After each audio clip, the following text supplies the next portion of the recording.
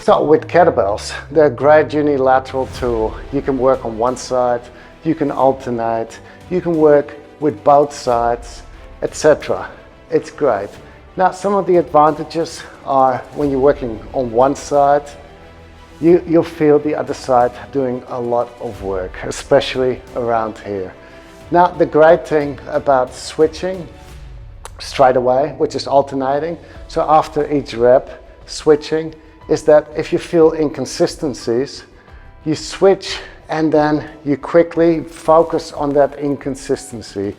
So I go back to the other side and I feel, oh, everything's good. Whether this is a press or a swing or a snatch or a deadlift, whatever it is. The point I'm trying to make is you're performing the exercise and you're feeling everything's good here. Then you're performing the exercise on the other side and you're like, oh, hey, something is a bit different here. Then I go to the other side and then I focus again and it's like, all right, this is what it is. And then I quickly go to the other side and I try and fix that. So you work on that. Also, when you're working with double bell, whatever you're doing, you can feel the inconsistencies and work those out. So the difference is, if I work with double kettlebell, I might not feel the issues that I feel when working with a single kettlebell, because your body's doing different things when you're working with a single kettlebell.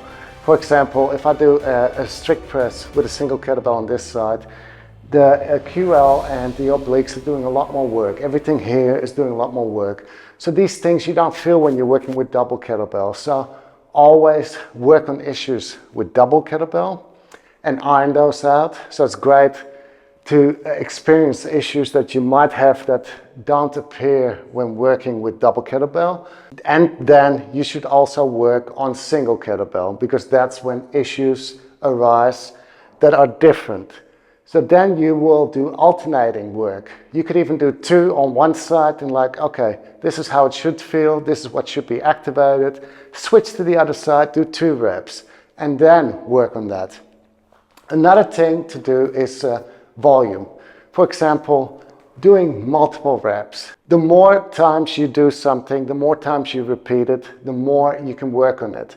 So, for example, switching is great to immediately feel what it feels like on the other side, but then there's also working on one side with 10, 20, 30, 40, 50 reps. Just keep going and just really working to iron that out. Of course, you got to do this with the right pace, the right weight, etc. The point is, there are many different ways to work on your weaknesses, your inconsistencies, your muscle imbalances, the difference of technique on each side, the contraction, etc. All these things are what you need to be aware of.